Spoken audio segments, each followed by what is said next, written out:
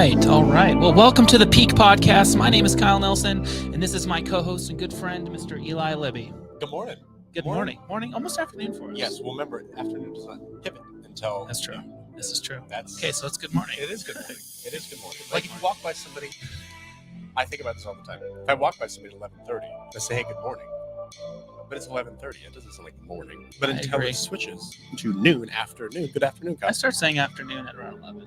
See, I would think that too, but that doesn't make sense. It's not afternoon yet. I agree. Anyways, excited for today. Yes, it's going to be a great conversation. Big, huge day. The Peak Podcast, that's where we're at. Another episode of this with an awesome guest. If you're not familiar with the Peak Podcast, we really focus on those aha moments and those pivotal moments in the trainers and coaches' lives that we're interviewing on how they got there and why they feel like what they're doing is the impact that they feel like they need to make change in life. So we always dive into that. If you have not heard of our company, Peak Fulfillment, we do 3-day solar retreats to help individuals go through self-discovery, self-reflection, and vision crafting in a digital detox experience. So without further ado, we have Sindhu Thomas George. She's the founder and principal trainer of Shakti Training. So let's bring her on. Hey, welcome in. How are you? I'm good. How are you? Doing awesome. Fantastic. We are really good. Where are you calling in from today? I didn't ask you in the post or in the pre-show. Of Chicago. Chicago. Nice. Awesome city. It is an amazing city. Are you a Cubs fan at all or no?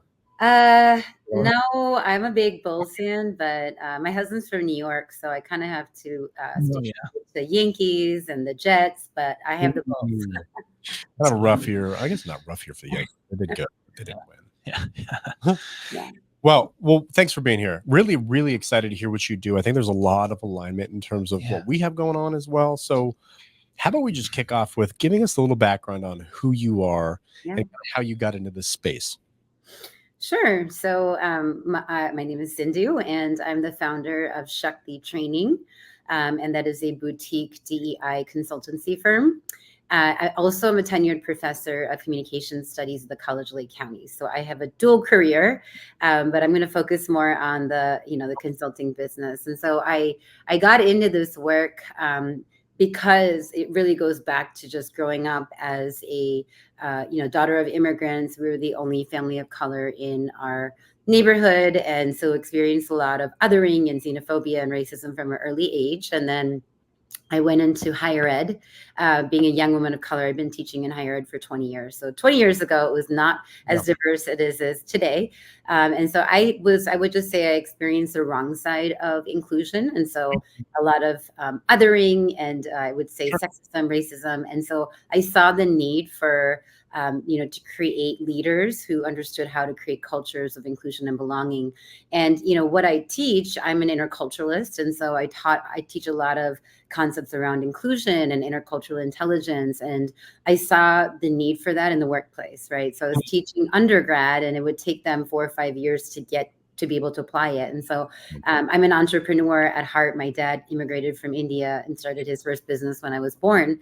And so I was always raised with the mentality of work for yourself. So, being a professor is great, but you still have a boss and a system. And so I started my company seeing the need for inclusion training, and also because I have a really big hunger to have my own business.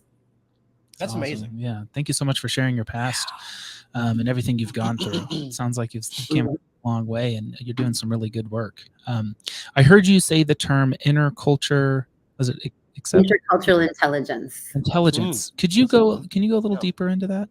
Yeah. So, I will zoom out first. So DEI is a big field. And even though most people have just heard about it since the murder of George Floyd, this has been around for 40 years in corporate spaces. And so DEI work, there's a lot of different buckets. And so there's like the implicit bias, which a lot of people hear about, the inclusion and equity, the anti-racism work. And then there's intercultural intelligence, which I do all of them, but I focus on intercultural intelligence. It's what I have my graduate degree in, it's what I teach.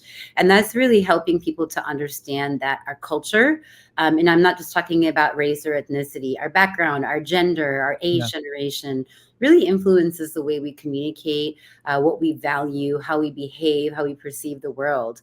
And that's really important because that impacts how you show up at work, right? And how you value things like leadership. And, do you want somebody to be more a micromanager? Do you want more space? It values how you communicate, how you deal with conflict. And so I really help to unlock potential with leaders and employees and help people to better understand each other and minimize some of the intercultural conflict and misunderstandings that happen when you bring people from diverse places in the same workplace.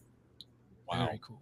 I'm sure that's tough. I'm sure that's tough when, at least in the beginning, when you're like you said, bringing those different cultures together in the workplace. What have you seen work maybe the best? Like when you first jump into an organization, what are some of the first things you do to lay that foundation? Yeah, well, I think one of the biggest mistakes that organizations make is that they just want to focus on diversity, right? So, Sure. as a DI practitioner, I work with organizations across industries, some industry agnostic, and some people will say, well, we really need to increase our representation of minoritized or historically underrepresented people. And Sure. they're only focusing on recruiting, but they're not really focused on keeping them there, which is inclusion, right? Mhm. What are the inclusion strategies? How do I make sure that my leaders and my employees are tooled up and they have the capacity to understand how to keep our employees there and how to be inclusive communicators? So I think the biggest mistake that I see is that there's not enough really focus on inclusion strategies. And one of them is professional development, right? Coaching. How do you build the capacities of people and have shared language and frameworks? Well, it's teaching them and educating them so they have the ability to co-create culture change. Yeah, beautiful. I've got something. I'm gonna let you go. No, you're good. You want me to go? Okay. So it's very expensive. We've run companies before, but as you're working with large corporations, it's expensive for when there's turnover involved, right? Like that's a big part of bringing somebody on, all the time and resources and money to bring on somebody, and then they leave maybe because of lack of inclusion, right? You said that's kind of at the root of everything. I believe that, yeah. Yeah.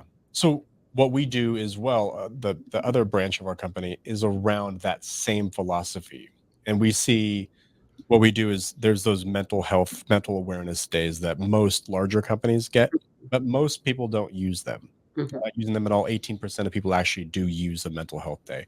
So our goal is to approach it from a retention standpoint.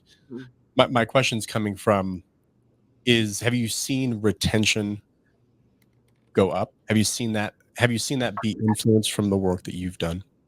Absolutely. I think what a lot of people don't realize is inclusion is a retention strategy, right?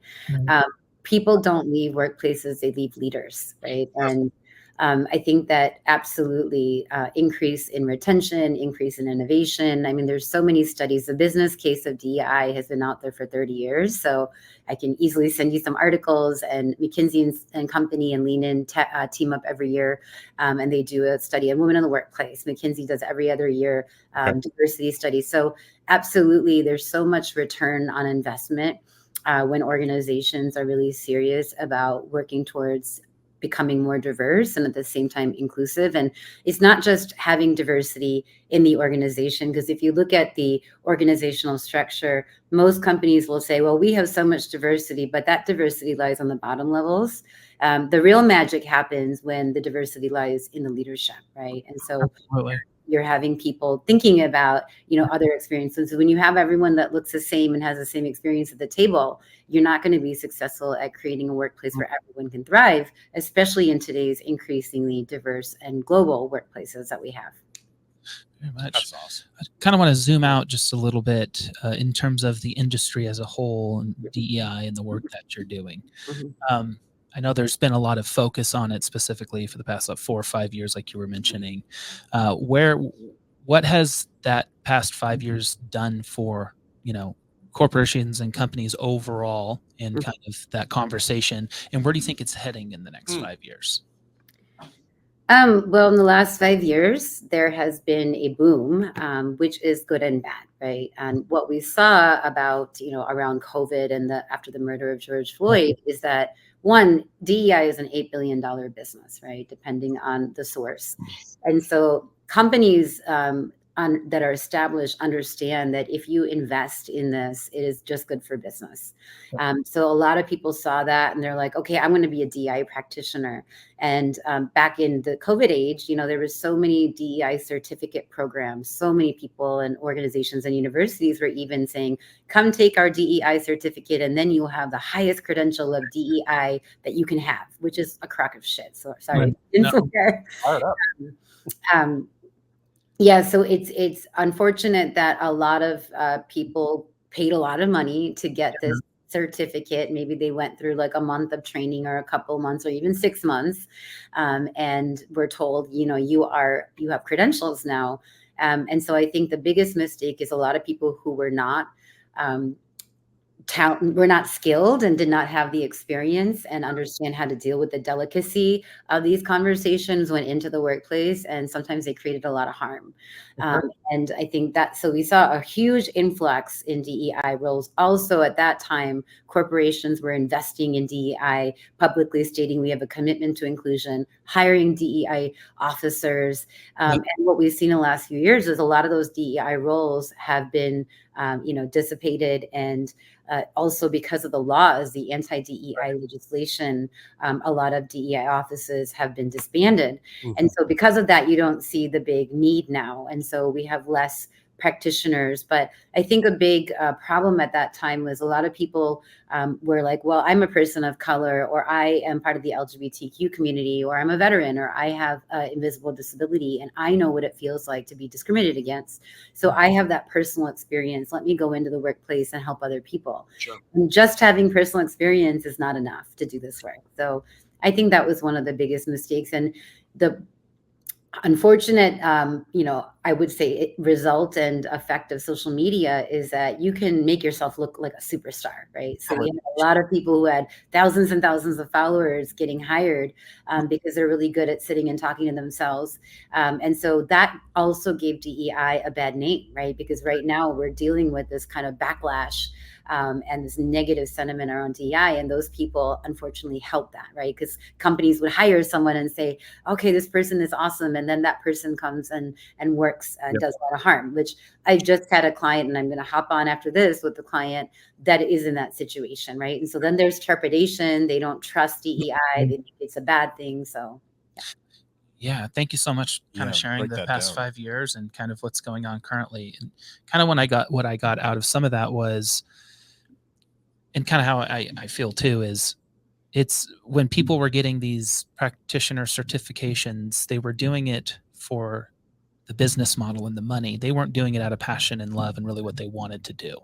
Maybe. Some people were probably doing because that's what they wanted to do. They just weren't. I think there was the large amount of people that did that, but it sounds like there were some people that were just like, they saw it as an opportunity, they jumped on, they got like a training and then did damage, when really there was all these other people like yourself trying to make a big difference. Yeah, and there still is. I mean, there's a lot of practitioners that are doing it for first for monetary reasons, and of course, you have to make money. You gotta make money in business. Right. If your why or your impetus is about money, you're never going to have longevity or success, in my opinion, in this industry. Absolutely. Completely agree. Yeah. How are you attracting these different organizations these days? I mean, the reason I ask is, like, are they coming to you? Are you running ads? Are you talking? Are you speaking? Because this is, I mean, like we're talking about, this is like present things that companies are looking for. Yeah. How are you starting to build that relationship and interact with those organizations? Yeah. Well, I'll back up a little bit. I'm a first generation college student, first generation employee. And so I figured stuff out as I went along. So this is 20 years now later. I am all word of mouth. And, I did hire somebody for a hot second and thinking, maybe let me try marketing. And it just isn't something that works, I think, in my industry, the way that I do it. I'm not an influencer. I'm not a content creator. I have 2 kids and 2 jobs and very busy, person. So I cannot sit there and, capitalize on social media. Yeah. That didn't work. So really it's word of mouth. And then I would say I use LinkedIn, I use my website, just anything that comes organically, podcasts, interviews, write-ups about me. And I think that's really how I get my business. But majority is word of mouth. I also started a Google reviews, maybe, I don't know, Cool. 3 or 4 years ago, and I have 30 Google reviews. And a lot of times when I ask people, how did you find me? They'll tell me that they found me online. Powerful. Yeah. Wow. That's super cool. That's awesome. Yeah. Curious, moving forward, what's kind of your main focus? Is it still the inner culture? Is there other things that you're looking and focusing on, and kind of how is that? How are things transitioning moving forward? Kind of just That's a great question. It kind of goes back into, what's the state of DEI right now. And, I know that people who are watching this later won't know this, but we just are the day after the election, right? So now it is confirmed that Donald Trump will be returning to office, and Donald Trump put an executive order to ban DEI trainings during his first term. So that's to be untold what's going to happen. I'm assuming that it's not going to be great for DEI and DEI practitioners, considering we already have legislation. So I think, moving forward, you do have to be strategic. The reality is that there's 1 million immigrants that come to America a year. Our demographics are shifting, right? Although white Americans are still going to be, by far, if you look individually, the largest demographic group, when you add up all the other demographic groups, BIPOC, Black, Indigenous people of color, will be the numerical majority, right? And so we're just going to see, if you look at a race standpoint, more and more people of color. But then if you look at the other aspects of diversity, women and people of different, non-binary and gender identities, we're going to see people with disabilities. So this is not going anywhere, right? I think that what a lot of organizations are grappling with is, how do we rename this? And so there's a lot of word gymnastics, as I call it, happening within big corporations, to be able to still do the work, but not, get in trouble or get sued by people who are looking to sue for equity reasons. And so I think that's one of the things, is just being strategic about, and also how I'm really dealing with it is because I've been in this field for 20 years, I have a breadth and depth. And so I really am honing in on the intercultural intelligence. And that's just a passion of mine. I've been teaching that in higher ed for 20 years. I didn't bring that as a center of my work until maybe like 4 or 5 years ago, because now this is a skill that people are realizing. And intercultural intelligence is really a skill-based, applicable, actionable skill. So it's not like you're talking about things that are frowned upon by men, or making people really uncomfortable, right? So I can talk about, racism, racial inclusion, and privilege, but this is something that's really, how do you work more effectively, productively, meaningfully, and inclusively together? So I'm really leaning into that. And also inclusive leadership. I do a lot of leadership. I started the Chicago Women's Leadership Accelerator, which is a one-day leadership conference that really works to empower women and help close the leadership gap. And I partner with Northwestern's Kellogg School for Nonprofit Management, and I teach and coach nonprofit executives for inclusive leadership. So I think that's a really important skill. We want to see leaders that, are different and look different than our traditional leaders.